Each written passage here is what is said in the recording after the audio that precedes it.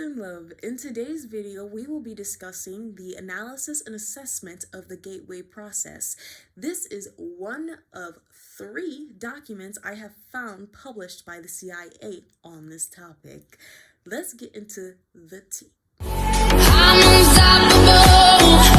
I'm a Porsche with no brakes. I'm invincible. The revolution is now. Rise above lower frequencies, emotions, and thought patterns. Not only will I show you how, but the government already has. We have 13 pages to get through today, so I will only interject when necessary to add context from my own experience. June 9th, 1983. Analysis and assessment of the gateway process. To Commander, U.S. Army Operational Group in Fort Meade. You tasked me to provide an assessment of the gateway experience in terms of its mechanics and ultimate practicality. As I set out to fulfill that tasking, it soon became clear that in order to assess the validity and practicality of the process, I need enough supporting research and analysis to fully understand how and why the process works. Frankly, sir, that proved to be an extremely involved and difficult business. Initially, based on conversations with the physician who took the gateway training with me, I had recourse to the biomedical models developed by I6 Bento, excuse my mispronunciations, to obtain information concerning the physical aspects of the process. Then I found it necessary to delve into various sources for information concerning quantum mechanics in order to be able to describe the nature and functioning of human consciousness. I had to be able to construct a scientifically valid and reasonable lucid model of how consciousness functions under the influence of the brain hemisphere synchronization technique employed by Gateway. Once this was done, the next step involved recourse to theoretical physics or metaphysics in order to explain the characteristics of time and space dimensions and the means by which expanded human consciousness transcends it in achieving Gateway's objective. Finally, I again found it necessary to use physics to bring the whole phenomenon of out-of-body states into the language of physical science to remove the stigma of its occult connotations and put it in a frame of reference suited to objective assessment. 2.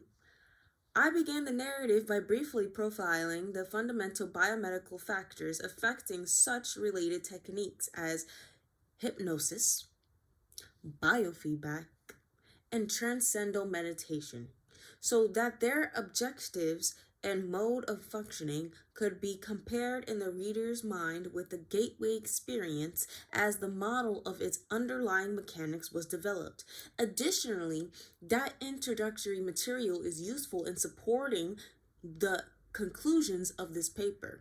I indicate that at times these related techniques may provide useful entry points to accelerate movement into the Gateway experience. So in those first 2 paragraphs, we've already seen an introduction to quantum physics, an introduction to metaphysics, an introduction to regular theoretical physics, all in one. We have seen an introduction to hypnosis, biofeedback, and transcendental meditation or Kundalini meditation or meditation in general. 3. Niels Bohr.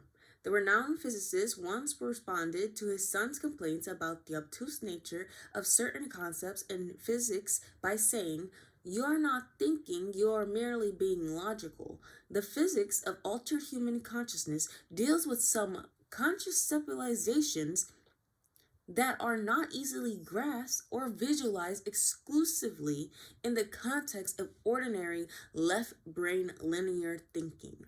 So, to borrow Dr. Bohr's mode of expression, parts of this paper will require not only logical, but a touch of right brain intuitive insight to achieve a complete, comfortable grasp of the concepts involved. Nevertheless, once that is done, I am confident that their construction and application will stand up to the test of rational critique. 4.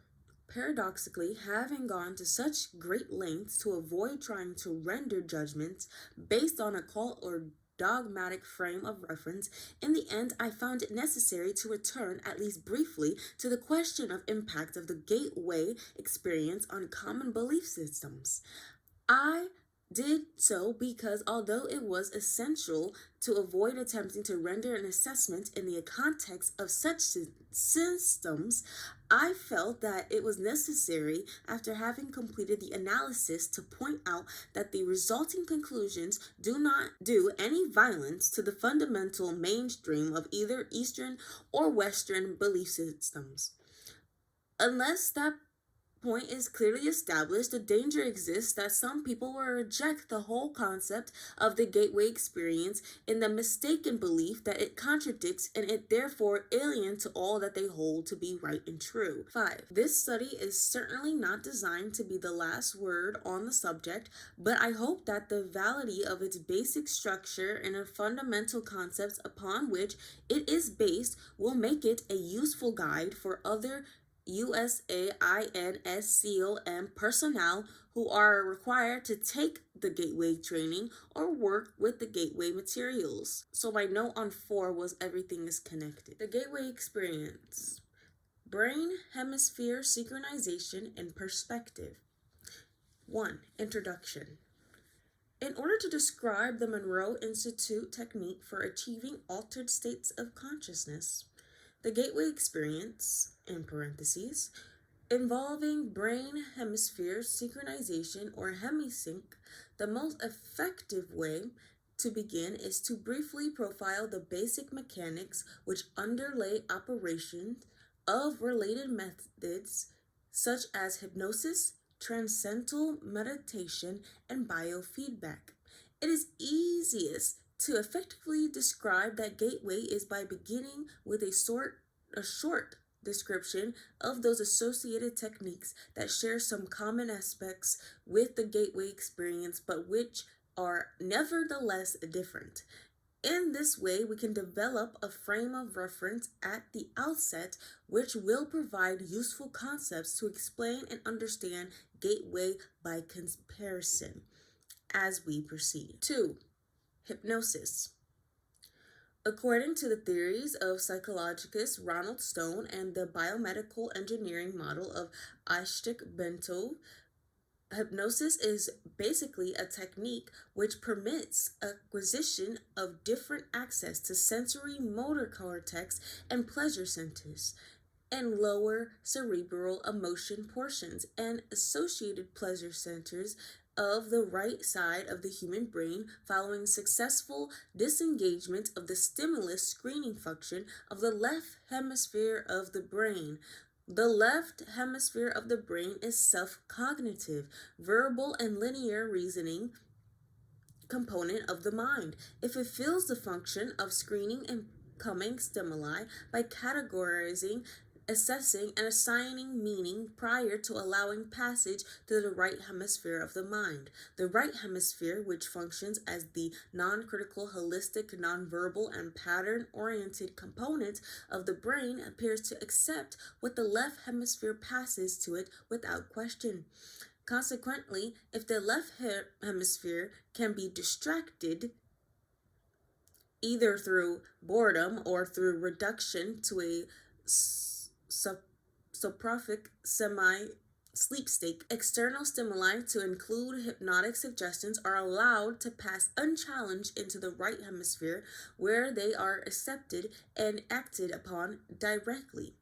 The result may involve an emotional reaction originating in the lower cerebral region, sensory motor responses requiring involvement of the cortex, and so on. Both the sensory and the motor cortex of the right cerebral portion of the brain contain a sequence of points known as the homolocus, which corresponds to points in the body. See Exhibit 1 on the next page. We will take a look at that. Stimulation of the corresponding area of the cortex causes an intermediate response in the associated portion of the body. Consequently, induction of the suggestion that the left leg is numb if it reaches the right hemisphere unchallenged and is referred to the appropriate area of the sensory cortex, will result in an electrical reaction being generated that will induce the feeling of numbness. Similarly, the suggestion that the person is experiencing a general feeling of happiness and well-being would be referred to the appropriate pleasure centers located in the lower cerebral portion of or in the cortex of the right hemisphere, thereby inducing the suggestion feeling of euphoria. Finally, concentration or powers of memory would be responded to in the right hemisphere by accessing unused information storage capacity normally held and reserved as a result of the left hemisphere selection and control processes. This aspect will become significant in the context of the gateway process when attention is given to examining the way that hypnosis may be used to accelerate process in the early stages of the gateway experience. All that to say, you have your unconscious mind and your conscious mind. Your subconscious is absorbing everything, every single little detail about this planet, about your physical reality. As we go into this paper more, your hologram, right? It is picking up every single piece of information, and then it's allowing what is needed into your conscious. Those are the pictures they show us.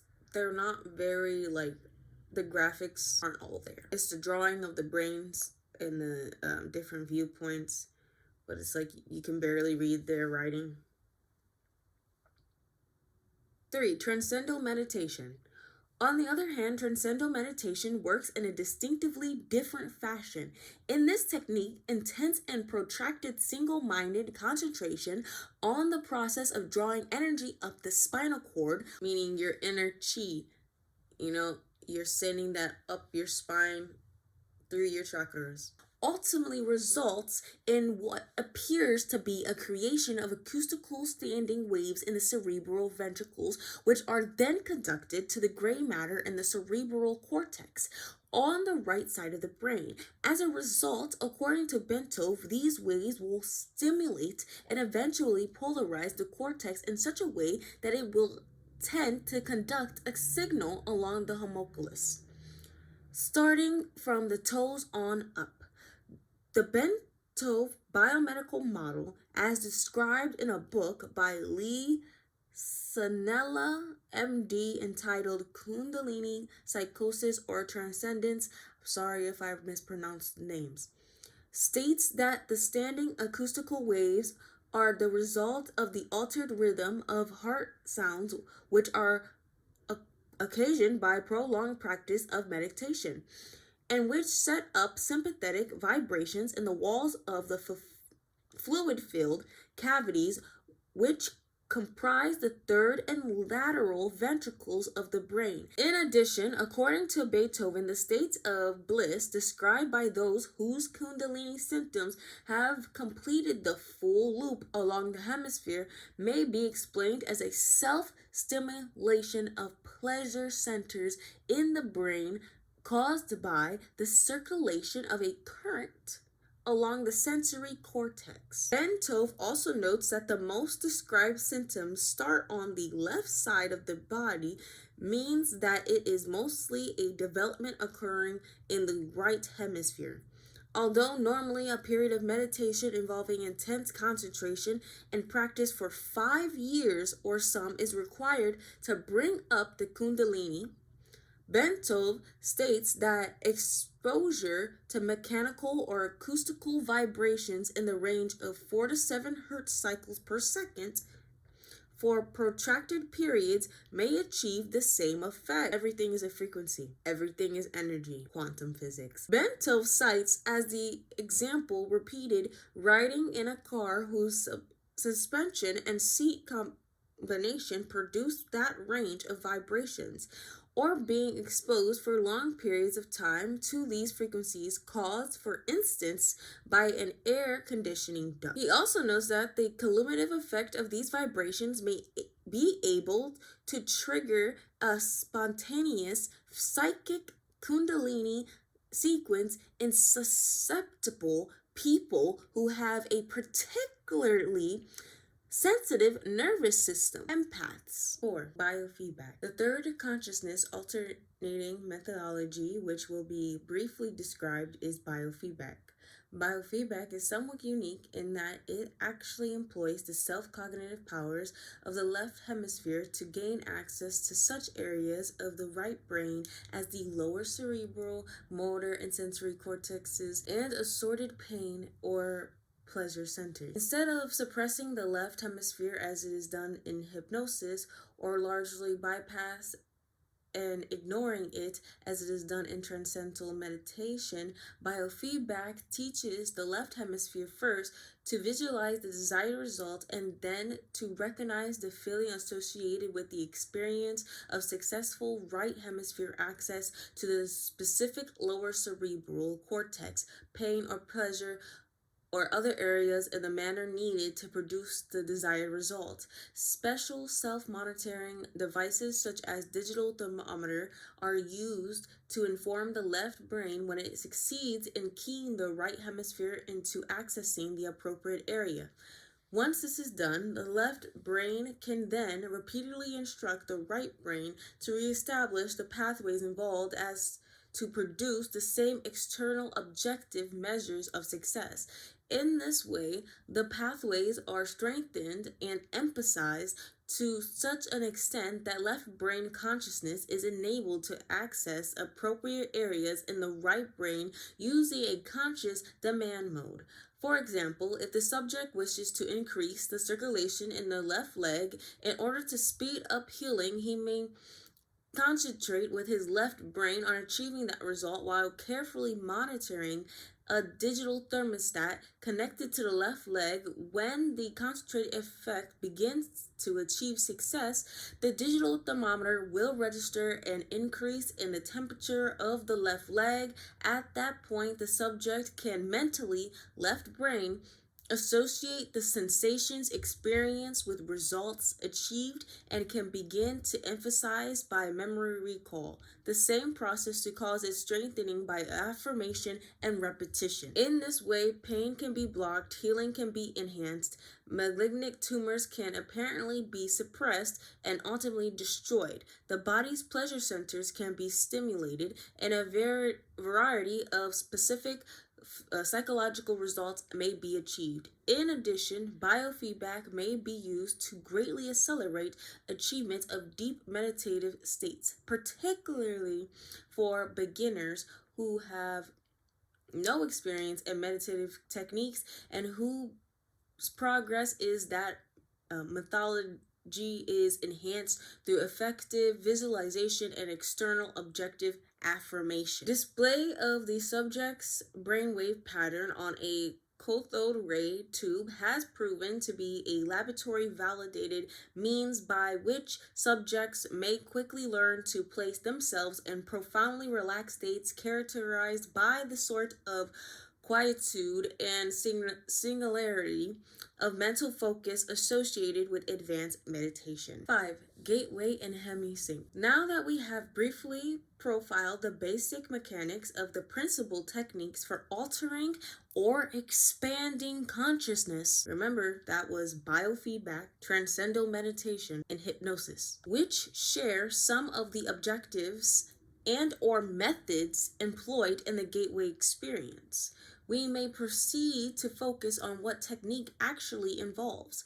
Fundamentally, the gateway experience is a training system designed to bring enhanced strength, focus, and coherence to the amplitude and frequencies, because everything is frequencies. This is not just quantum physics, but when you understand this consciously and spiritually, you will start to gain consciousness on what they are speaking on here. Brainwave output between the left and right hemisphere so as to alter consciousness, moving it outside the physical sphere so as to ultimately escape even the restrictions of time and space, because quantum shifting is traveling dimensions, traveling realms. The participant then gains access to the various levels of intuitive knowledge which the universe offers. What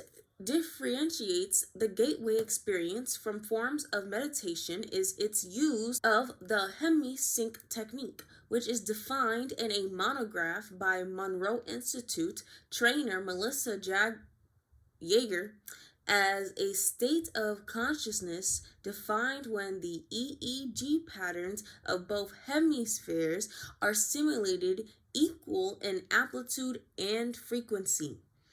Although hemisync seems to be rather rare and only short duration in ordinary human consciousness, Melissa Yeager states that audio techniques developed by Bob Monroe can induce the sustained hemisync with the Institute's basic Focus 3 tapes.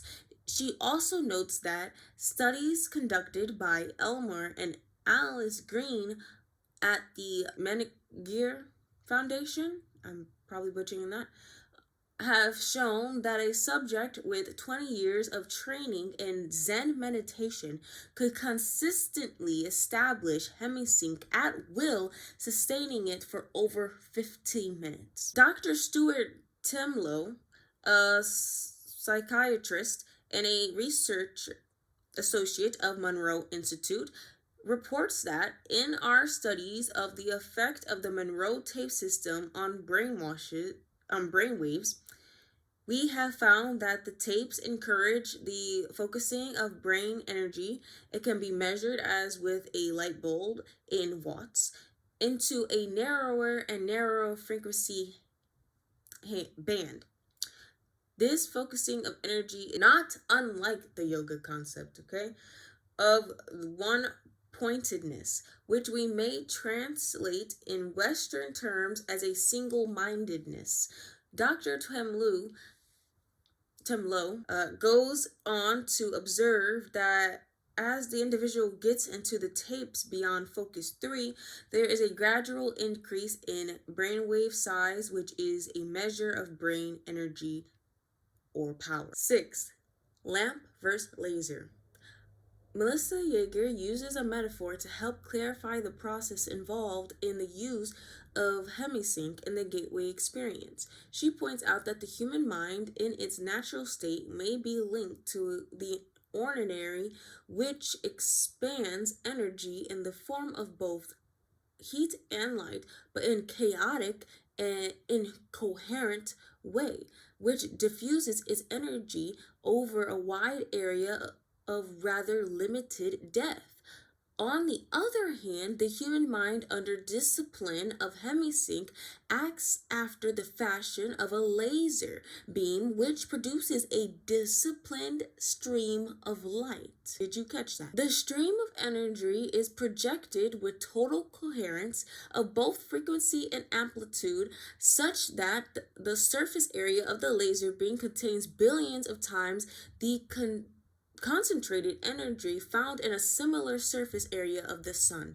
Gateway assumes that once the frequency and amplitude of the human brain are rendered coherent, it is possible to begin accelerating both, so that the human mind is soon resonating to ever higher vibrational levels. The mind can then bring itself into synchronization with more sophisticated and ratified energy levels in the universe. The mind, when operating at these increasingly rarefied levels, is assumed to be capable of processing the information thus received through the same fundamental matrix by which it makes sense of ordinary physical sensory input to achieve meaning in a cognitive context.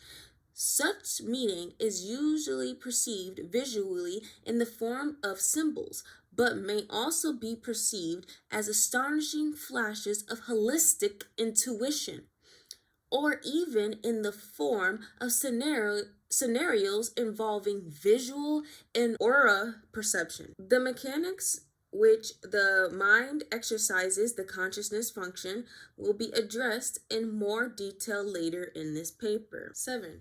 Frequency following response. To achieve synchronization of brain hemispheres, the hemisync technique takes advantage of a phenomenon known as the frequency following response, FFR for short, which means that if a subject hears a sound produced at a frequency which emulates one of those associated with a operation of the human brain, the brain will try to mimic the same frequency patterns by adjusting its brain output. Therefore, if the subject is in a fully awake state but hears sound frequencies which approximates brainwave output at the theta level, the subject's brain will endeavor to alter its brain pattern from the normal beta to the theta level. Since the theta level is associated with sleep, the subject concerned may progress from a fully awake to a sleep state provided that he does not consciously resist. As the brain strives to entertain its wave frequency output with the one which the person hears. That alone, the fact that they've known that for how long? Since these brainwave frequencies are outside the spectrum of sounds which can be heard in pure form by the human ear, hemisync must produce them based on another phenomenon known as the brain's capacity for deducing beat frequencies. If the human brain is exposed to one frequency in the left ear, which is 10 hertz below another audible frequency played in the right ear, rather than hearing either of the two audible frequencies, the brain chooses to hear the difference between them, the beat frequency. Okay, the beat frequency is the difference between the two audible frequencies, and they will play one quieter than the other, which is the definition of a subliminal, thus availing itself of the FFR phenomenon. And using the technique of beat frequencies, the gateway system uses hemisync and other audible techniques, employing the FFR phenomenon to introduce a variety of frequencies which are played at a virtually subliminal, marginally audible level. The objective is to relax the left hemisphere of the brain, place the physical body in a virtual sleep state, and bring the left and right hemisphere into coherence under conditions designed and to promote. The objective is to relax the left hemisphere of the brain, place the physical body in a virtual sleep state, and bring the left and right hemisphere into coherence under conditions designed to promote the production of ever higher amplitude and frequency of brainwave output. Audible and perhaps subliminal suggestions by Bob Monroe accompany the various brainwave frequencies, which are sometimes rolled in together with other sounds such as a sea surf to mask the sound frequencies were desirable. In this way, Gateway endeavors to provide the subject with tools by which he may alter his consciousness based on his own volition over time through the repetitive use of the tapes, so as to access via intuitive means new categories of information not available to ordinary consciousness. If you enjoy topics such as this and would like to do your own research, check out my conscious library, Boss Up Your Brain. 8. Role resonance. However, brain coherence through entertainment to beat frequencies introduced via stereo headphones is only part of the reason why the gateway system works. It is also designed to achieve the physical quietude characteristic of deep transcendental meditative states, which brings about a complete alteration of fundamental resonance pattern associated with the sound frequencies produced by the human brain or the body. Yoga, Zen, or transcendental meditation, if practiced long enough, will produce a change in the sound frequency with which the human heart resonates throughout the entire body.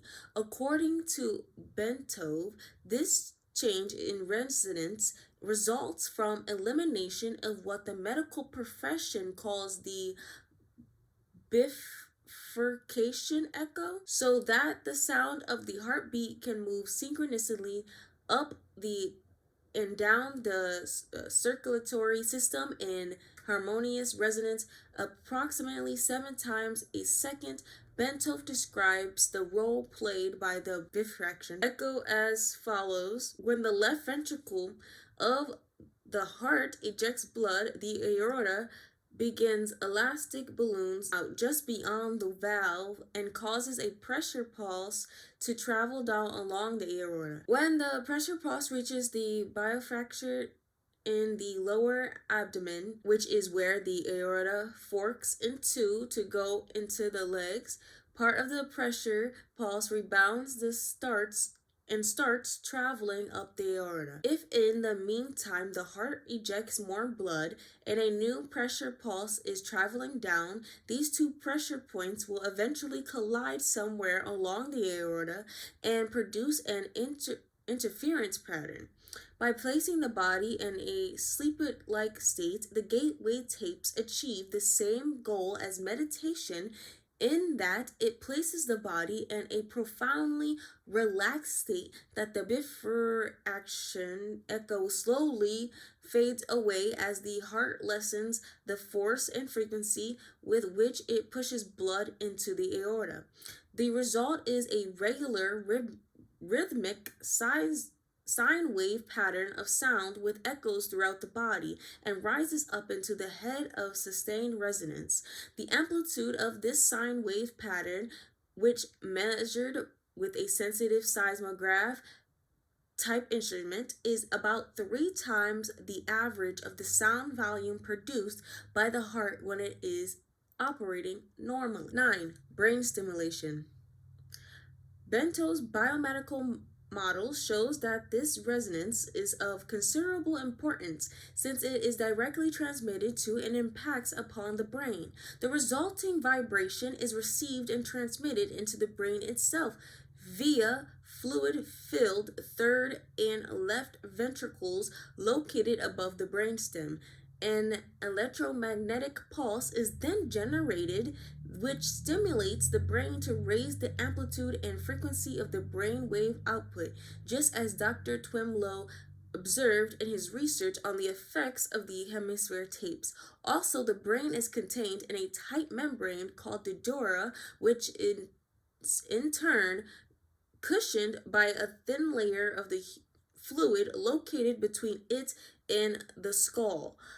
As the coherent resonance produced by the human heart is in a state of profound relaxation reaches the fluid layer surrounding the brain, it sets up a rhythmic pattern in which the brain moves up and down approximately 0.005 to 0.010 millimeters in a continuous pattern. The self-reinforcing character of resonant behavior accounts for the body's ability to sustain this movement despite the minimal level of energy involved. In this way, the entire body, based on its own micro-motion, functions as a tuned vibrational system which transfers energy in a range between 6.8 and 7.5 hertz into the Earth's ionospheric cavity, which itself resonates at about 7 to 7.5 hertz. Of this process, Bentov states, this is occurring at a very long wavelength of about 40,000 km, or just about the perimeter of the planet. In other words, the signal from the movement of our bodies will travel around the world in about 1/7 of a second through the electrostatic field in which we are embedded. Such a long wavelength knows no obstacles, and its strength does not attenuate much over long distances. Naturally, it will go through just about anything: metal, concrete, water, and the fields making up our body. It is the ideal medium for conveying a telepathic signal. Did you catch that? Bento states it is the ideal medium for conveying a telepathic signal, as well as they mention the earth vibrating at its own frequency, a higher frequency than humans vibrate at currently. Consequently, the gateway process is designed to rather rapidly induce a state of profound calm within the nervous system to significantly lower blood pressure, to cause the circulatory system, skeleton, and all other physical organ systems to begin vibrating coherently at approximately 7 to 7.5 cycles per second. The resulting resonance sets up a regular repetitive sound wave which propagates in consonance with the electrostatic field of the earth. 10. Energy entertainment. As the body is turned into a coherent oscillator, vibrating in harmony with the surrounding electrostatic medium, the specific exercises included in the gateway tapes enjoin the participant to build up the energy field surrounding his body, presumably by using energy from the Earth's field, which the body is now entertaining because of its ability to resonate with it. This puts the body's energy field into homogeneity with its surrounding environment, and promotes movement of the seat of consciousness into the surrounding environment, partly in response to the fact that the two electromagnetic mediums are now a single energy continuum. Thus, the same process which moves the brain into focused coherence at steadily higher levels of frequency and amplitude so as to entertain analogous frequencies in the universe for data collection also promotes enhancement of bodily energy levels to a point adequate to permit the subject to experience an out-of-body movement. That's astral projection. When he is ready to do so, more will be said about this topic later, in parentheses. In addition, by resonating with the Earth's electromagnetic sphere, the human body creates a surprisingly powerful carrier wave to assist the mind in communication activity with other human minds similarly tuned. So if we vibrate on the same frequency and you're able to read energies and you're able to feel energies, if you're any of the clear psychic abilities, like they confirmed here, you're going to be able to telepathically communicate with others that are resonating on the same frequency as you. 11. Consciousness and energy. Before our explanation can proceed any further, it is essential to define the mechanism by which the human mind exercises the function known as consciousness, and to describe the way in which that consciousness operates to deduce meaning from the stimuli which it receives. To do this, we will first consider the fundamental character of the material world in which we have our physical existence in order to accurately perceive the raw stuff with which our consciousness must work. The first point which needs to be made is that the two terms, matter and energy, tend to be misleading if taken to indicate two distinctly different states of existence in the physical world that we know. I'm going to stop them right there. Energy cannot be created or unless by the Most High, but can be transformed. That's alchemy and quantum physics. Back into this. If taken to indicate two differently states of existence in the physical world that we know it. Indeed, if the term matter is taken to mean solid substance as opposed to energy, which is understood to mean a force of some sort, then the use of the former is entirely misleading. Science now knows that both the electrons which spin in the energy field located around the nucleus of the atoms and the nucleus itself are made up of nothing more than oscillating energy grids. Solid matter, in the strict construction of the term, simply does not exist. Rather, atomic structure is composed of oscillating energy grids surrounded by other oscillating energy grids which orbit at extraordinarily high speeds.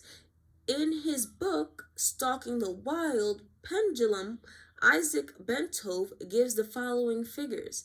The energy grid which composes the nucleus of the atom vibrates at approximately 10 to the 22nd power hertz, which means 10 followed by 22 zeros in parentheses.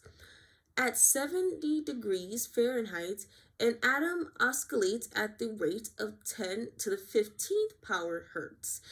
An entire molecule composed of a number of atoms bound together in a single energy field vibrates in the range of 10 to the 9 hertz. A live human cell vibrates approximately 10 to the 3 hertz.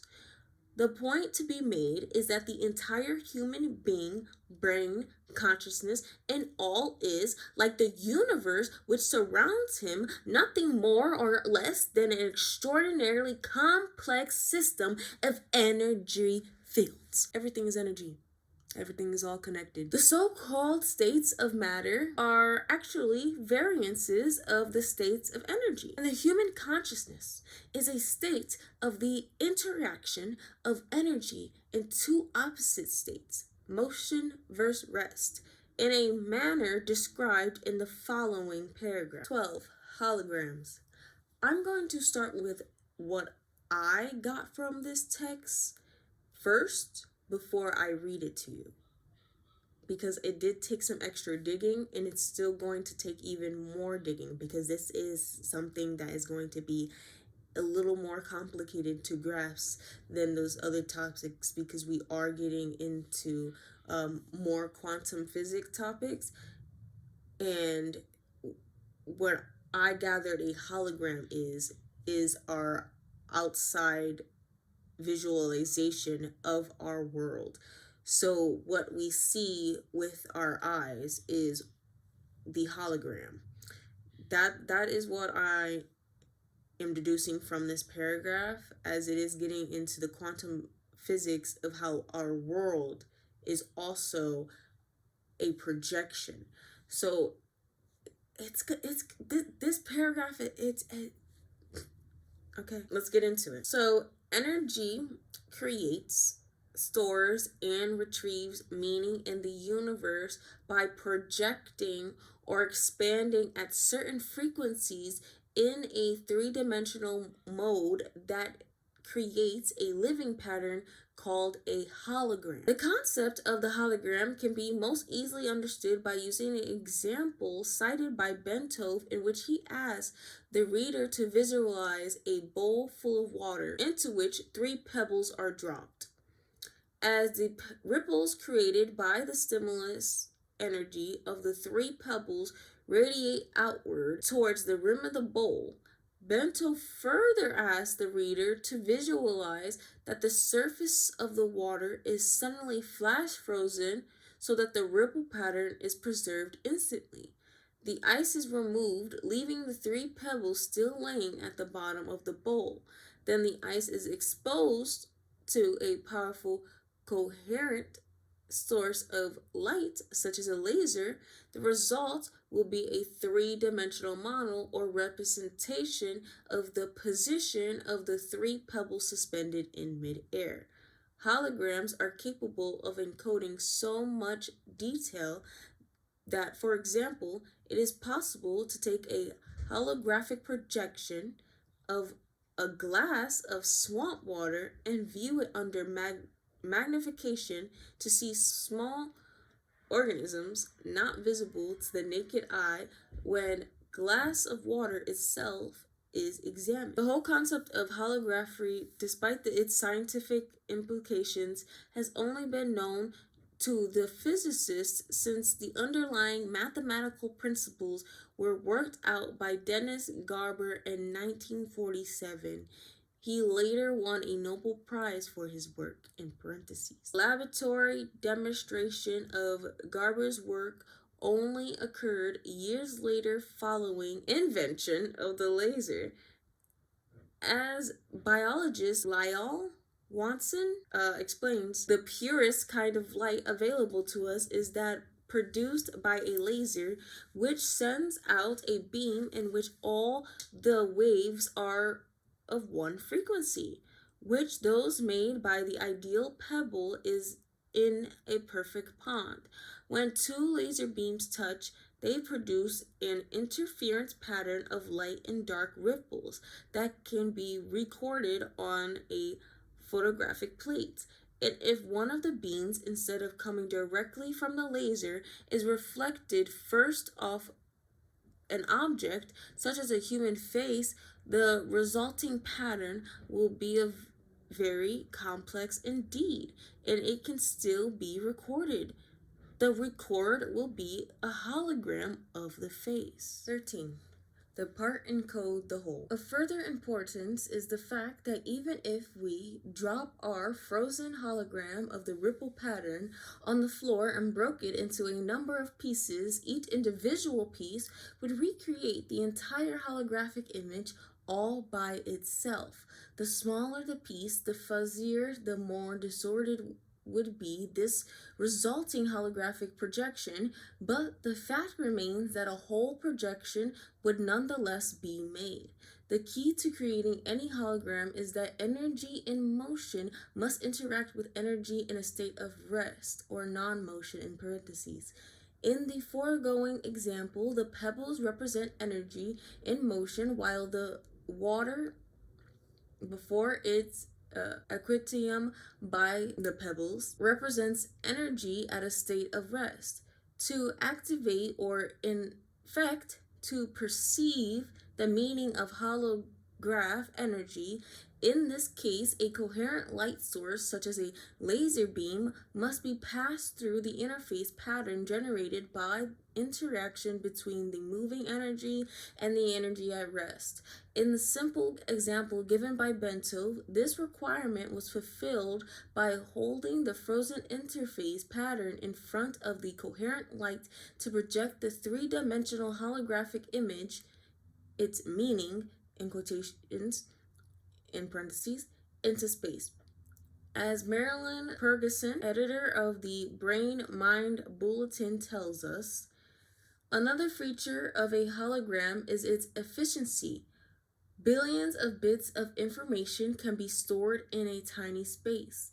The pattern of the holographic photograph is stored everywhere on the plate. I also made a note about quantum shifting, which we'll get into later. 14. The consciousness matrix. The universe is composed of interacting energy fields, some at rest and some in motion. It is in and of itself one gigantic hologram of unbelievable complexity. According to the theories of Carl Barham, butchering that, a neuroscientist at Stanford University, and David Bohm, a physicist at University of London, the human mind is also a hologram which attunes itself to the universal hologram by the medium of energy exchange, thereby deducing meaning and achieving the states which we all call consciousness. With respect to states and expanded or altered consciousness, such as gateway uses, the process operates in the following way.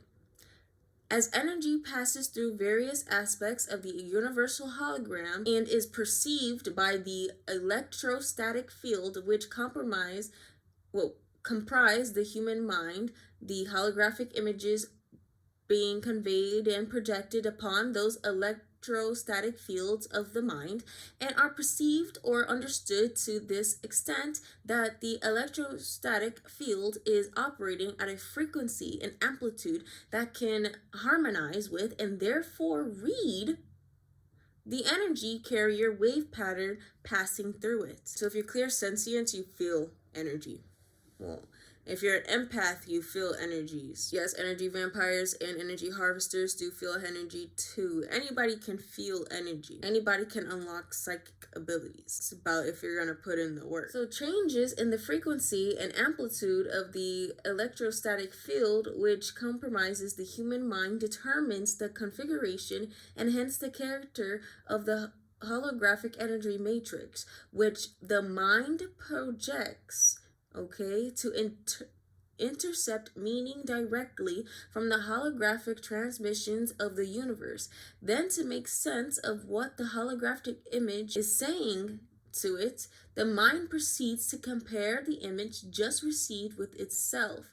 Specifically, it does this by comparing the image received with a part of its own hologram, which constitutes memory. By registering differences in geometric form and in energy frequency, the consciousness perceives, this is exhibit 2 on the next page, we will look at that in a minute, as psychologist Keith Floyd puts it, contrary to what everyone knows is so, it may not be the brain that produces consciousness, but rather consciousness that creates the appearance of the brain. That's why I said what I said before starting on 12, as we're not getting into how you can even reshape your reality, and you can reshape your hologram, and you can reshape your consciousness. 15, brain in phase.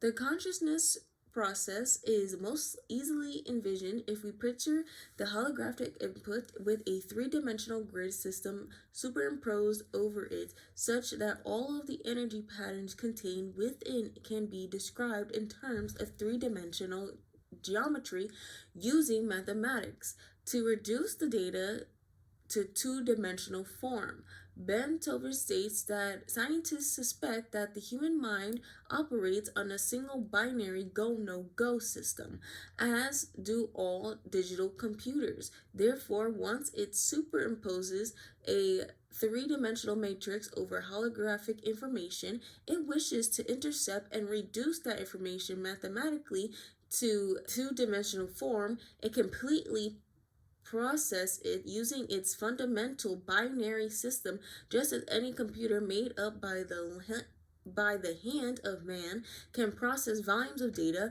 and make various comparisons between the data and information stored in its digital memory. Our minds operate in the same way, perceiving by comparison only. Bento states that propositioned this way, our whole reality is constructed by constantly making such comparisons.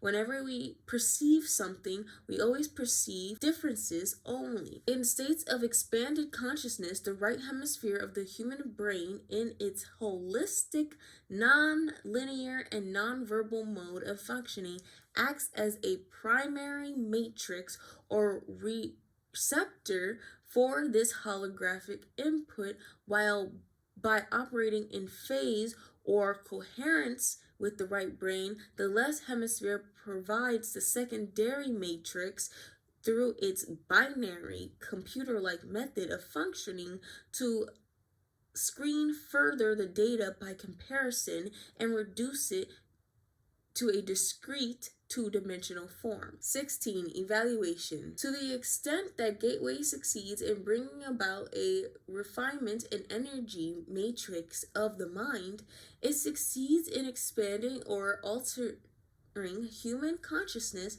so that it can perceive without resources to the intercession of the physical senses, such that ever more of the universal hologram in parentheses, not of course accessible by sense perception, can ultimately be perceived and understood. Marilyn Ferguson has written that the theories of Peribium and Boehm appear to account for all transcendental experiences, paranormal events, and even normal perceptual oddities. She goes on to say of Peribium, Pribram, currently he is proposing a startling, all encompassing model that is generating considerable excitement among those intrigued by the mysteries of human consciousness. His holographic model marries brain research to theoretical physics.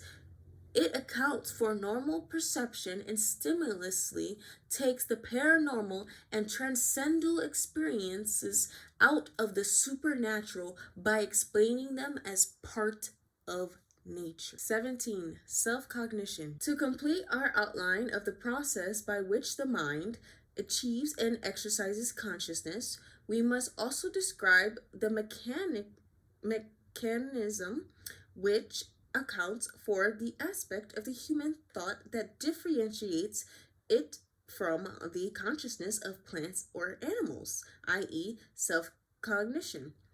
Humans not only know, but they know that they know. They are able to monitor the process of their own thinking and maintain an awareness of it. Moreover, they can conduct a competitive assessment evaluating the functioning of their thought processes against various objective standards they have adopted. Human consciousness can do this because it has capacity to duplicate aspects of its own hologram, project them out, perceive that projection, put it through comparison with memory aspects where its evaluation standards of measure are stored, in parentheses, of its own hologram, and measure or sense the differences using the three-dimensional geometry and then binary go-no-go pulse to yield verbal cognition about the cell. So what your eyes see, you're perceiving the projection, you're living that projection, and then you could take it back and see if this matches with anything in your memory. This is a lot of information to process, and I don't expect everyone to understand right away. The government explains how they cheat their way, while most of us actually have to go through the experiences to get to awakened consciousness. Remember, we speak love, justice, and peace. Have a blessed day. Amen.